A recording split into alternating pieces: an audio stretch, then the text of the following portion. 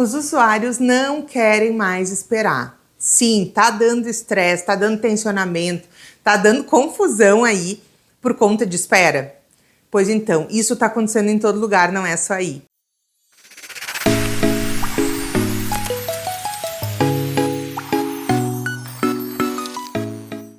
E aí eu quero te dar algumas ideias do que tu pode fazer para minimizar um pouco isso e também conversar contigo sobre o que está levando a cada vez mais a gente ter essa pressa. Percebe que está tudo à distância de um clique? Hoje tudo está à distância de um clique.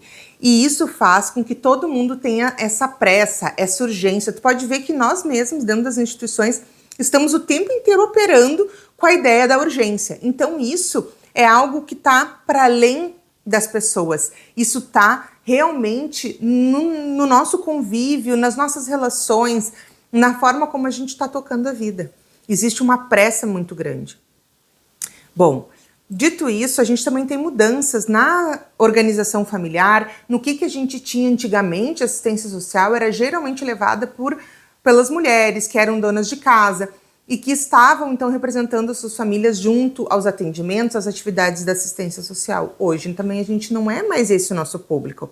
Nosso público se alterou, a gente trabalha com mulheres, chefes de família, na grande maioria, né? Claro que a gente trabalha com homens também, mas a grande maioria são mulheres, chefes de família, geralmente também mãe solo. Ou seja, a gente trabalha com pessoas que, dentro do nosso horário de funcionamento, que na grande maioria dos lugares é aí das 8 às 5, ou das 9 às 6, por exemplo, é o horário que todo mundo está trabalhando. Então essa pessoa não tem disponibilidade nesse horário. E o fato de a gente entregar um comprovante para ela de que ela estava num atendimento da assistência social nem sempre vai solucionar aquela situação, entende? Então, por exemplo, com o patrão, eu quero dizer coisa e tal, né? Lá no trabalho dela. Então, isso a gente precisa levar em consideração. Não é legal a gente trabalhar com atrasos, a gente tem que ter uma organização da nossa rotina. Eu falei já para vocês um pouco sobre o tempo do atendimento que a gente tem que fazer, e a gente precisa conseguir fazer os cortes adequados dentro desse tempo de atendimento também. Quer dizer, bom, olha, a gente está chegando no final do nosso horário de atendimento, se a pessoa tem muitas coisas para trazer e tudo mais, a gente vai dizer, olha, vamos marcar um outro dia, a gente vai continuar falando disso, está muito importante, e leva para outro dia. A gente tem que aprender a fazer este corte no atendimento. Então é importante, tá? Isso é uma questão de habilidade nossa que tem que ser desenvolvida. E a outra questão é, às vezes a gente vai estar num atendimento e a pessoa vai estar falando algo muito importante, não só no sentido do conteúdo ser importante, mas da importância de ser dito naquele momento. Às vezes é uma situação de violação de direitos que a gente vem trabalhando, e a pessoa finalmente se sente à vontade, quase chegando no final do atendimento, para começar a contar o que está acontecendo. E ali tu não consegue fazer esse corte, porque tu entende que essa talvez seja a única chance de tu abordar tudo que está se passando. Eu já tive experiências dessas, de precisar alongar atendimento, com situação de abuso sexual, com situação de trabalho infantil, com tráfico de pessoas, com violência doméstica. Não tem. Tu vai parar, né, e escutar aquela situação. Tu vai precisar dar atenção para aquela situação mesmo que passe do tempo. Evidente que tu não vai deixar aquilo, né, tomar o teu dia, até porque não vai fazer nem bem para a pessoa. Mas tem um tempo aí que tu vai ter que prolongar. E as pessoas que estão no restante ali aguardando atendimento vão sair prejudicadas, entende? Os colegas que também podem estar com outros agendamentos também prejudicam o atendimento dos colegas que compartilham a sala, por exemplo. Só que isso faz parte do nosso trabalho. Essas decisões, naquele momento, fazem parte do nosso trabalho. A capacidade de avaliar se a gente mantém o atendimento ou não, né? É algo que a gente precisa decidir. E essa faz parte das nossas competências, das nossas habilidades. E, eventualmente, os usuários vão ter que aguardar, e isso faz parte também. Só que o que não faz parte é a gente não explicar. E isso é o que eu mais vejo. Entra numa unidade e procura se tu enxerga num mural afixado, numa parede, qualquer lugar falando sobre como funciona agendamento, atendimento, como que é no caso de atraso, o que tu pode oferecer de documentos.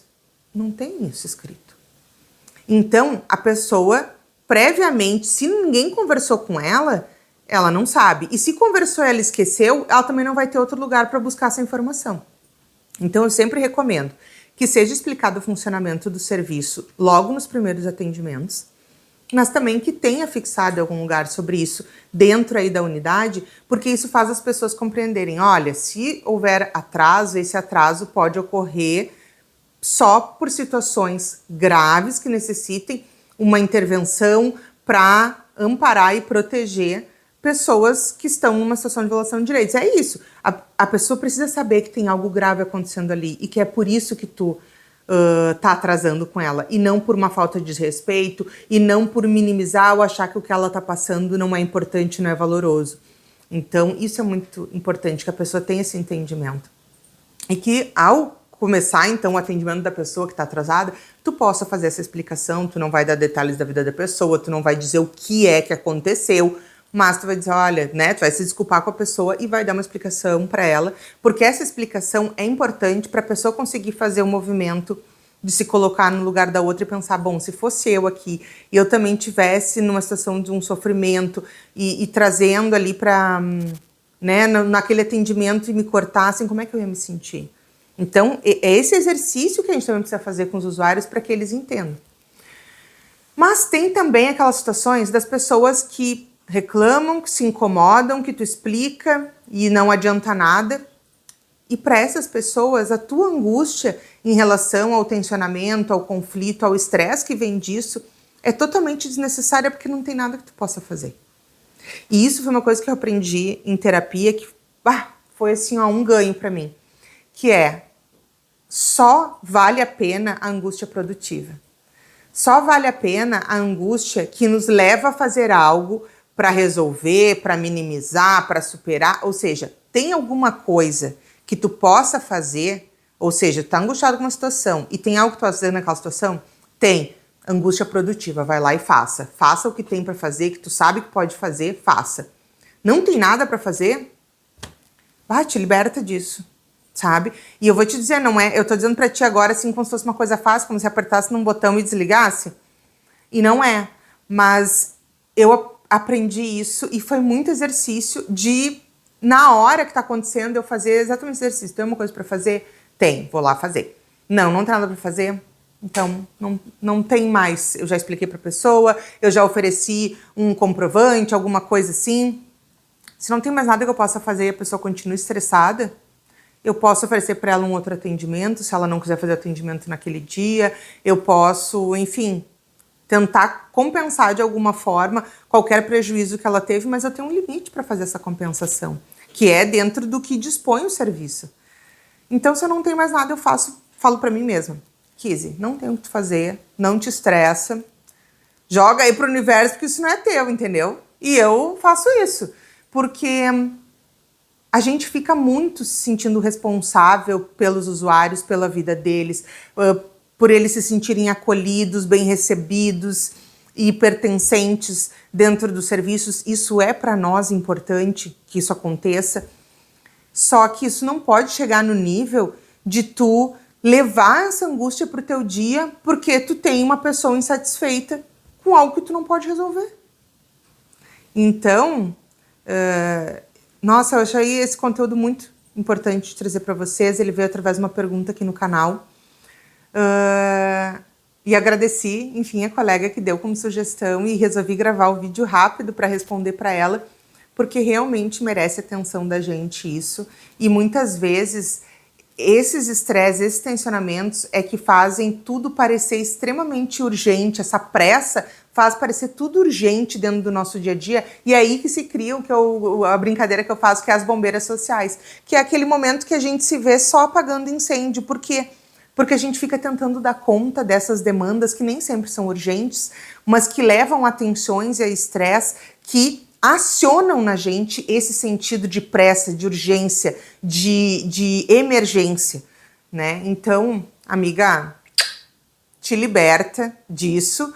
O que tu puder fazer, tu faz. O que tu não pode, joga pro universo, que tu precisa ter muita segurança da tua competência, do teu compromisso com os usuários e faz parte. Atraso faz parte em todo lugar e talvez era isso. Tenta melhorar aí a comunicação com os usuários e ver se isso faz um efeito e depois me conta aqui. Beijão!